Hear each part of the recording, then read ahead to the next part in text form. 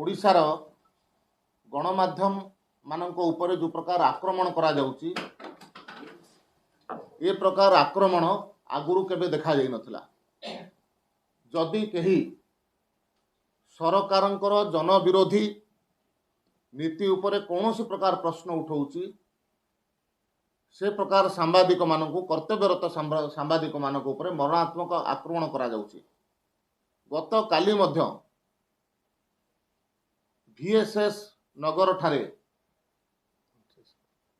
मंचेश्वर जो VSS नगर ठारे कर्तव्यरत सांबादिक को ऊपर जो प्रकार भाव में मरणात्मक आक्रमण करागला। 4 जन युवक भुजाली रे तांको आक्रमण कले।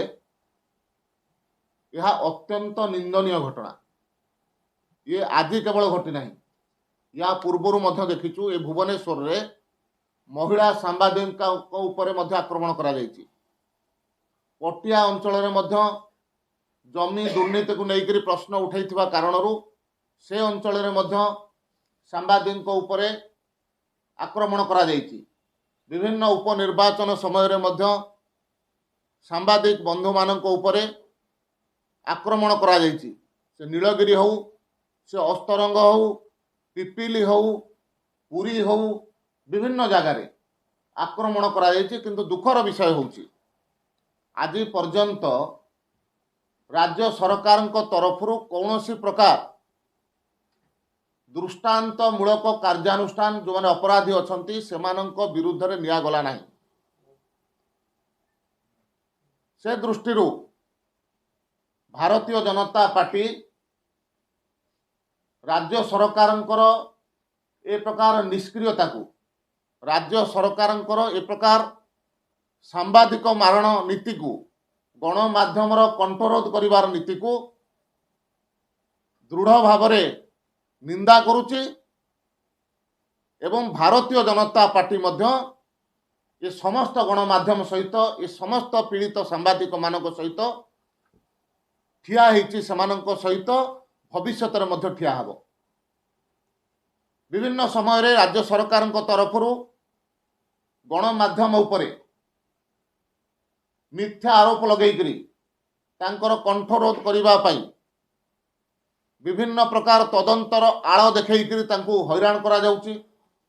केतेबेले जेल रे भर्ती करा जाउची, जहा उड़ीसा इतिहास रे केतेबेले देखा देई नथिला। से कारणरू हमकु लागुची जे उड़ीसा रे चालुथिबा बिजू जनता दल सरकार हुंतु, मुख्यमंत्री हुंतु, तांकर कार्यकलाप सूचौची जे से माने अभ्यासगत भाव में गणमाध्यम एवं सांबादिक विरोधी। से दृष्टि आमे आउ थरे सरकार को चेतई देवाई चाहूँ जे गणमाध्यम उपरे जो प्रकार आक्रमण करा जाउची, गणमाध्यम कंठरोध करने सरकारी प्रायोजित जेते कार्यक्रम करा जाउची सेथुरु सरकार क्षमता रुहंतु एवं जो माने दोषी, जो माने कर्तव्यरत सांबादिक ऊपर, कर्तव्यरत गणमाध्यम ऊपर आक्रमण करुचंती सेमानंक विरुद्ध रे दृष्टांत मूलक कार्यानुष्ठान नियंतु। तुरंत सेमानंकु गिरफ करा जाऊ। एवं गत काली जो माने आक्रमण करिचंती 4 जन युवक सेमानंकु मध्य तुरंत गिरफ करा जाइकरी तांको विरुद्ध रे दृढ़ दृढ़ कार्यानुष्ठान नियंतु। एवं सांबादिक मानक पई सुरक्षा आईन जो कथा विभिन्न समय सरकार कहिसंती, सांबादिक सुरक्षा आईन ओडिशा रे तुरंत लागू करंतु। एवं कर्तव्यरत सांबादिक ऊपर जदि कहीं कौनसी प्रकार आक्रमण करुची, तांको कौनसी प्रकार दुर्व्यवहार करुची, कठोर रु कठोरतम कार्यानुष्ठान सेमानंक विरुद्ध रे निया जाऊ। एवं जदि सरकार एक कथा न करंती ताहले ए समस्त कथा को लेकर भारतीय जनता पार्टी आवश्यक पड़े रास्तार ठिया हम सरकार विरुद्ध रे। एवं गणमाध्यम सुरक्षा, गणमाध्यम सांबादिक मान सुरक्षा पाई भारतीय जनता पार्टी सबुबले आगुआ होकर रहिबो ଏବଂ ସେମାନଙ୍କ ସହିତ ମଧ୍ୟ ଠିଆ ହେବ।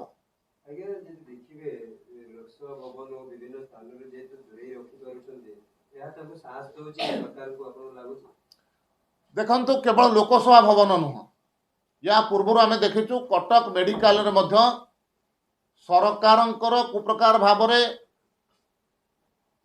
ଚିକିତ୍ସା ବ୍ୟବସ୍ଥାରେ ଅବହେଳା ହେଉଛି, ସେ କଥାକୁ ଗଣମାଧ୍ୟମ ସାମ୍ନାରେ ଆଣିଥିବା କାରଣରୁ ସେ ଜାଗାକୁ ମଧ୍ୟ ଗଣମାଧ୍ୟମକୁ ଦୂରେଇକି ରଖାଗଲା।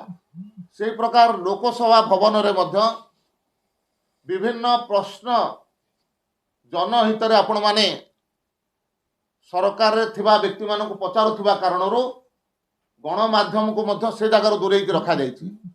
ସରକାର ଯଦି ସ୍ୱଚ୍ଛ ନିଜକୁ ପ୍ରମାଣିତ କରିବା ପାଇଁ ଚାହୁଁଛନ୍ତି, ସରକାରଙ୍କ ପାଖରେ ଯଦି ନୈତିକତା ଅଛି, ତାହେଲେ ମେଡିକାଲ ହଉ, ଲୋକସଭା ଭବନ ହଉ, ଏ ସମସ୍ତ ଜାଗାରେ ସାମ୍ବାଦିକମାନଙ୍କୁ ସମ୍ବାଦ ଗ୍ରହଣ କରିବା ପାଇଁ ବା ସମ୍ବାଦ ସଂଗ୍ରହ କରିବା ପାଇଁ ସମ୍ପୂର୍ଣ୍ଣ ରୂପରେ ସ୍ୱାଧୀନତା ମିଳିବାର ଆବଶ୍ୟକତା ଅଛି।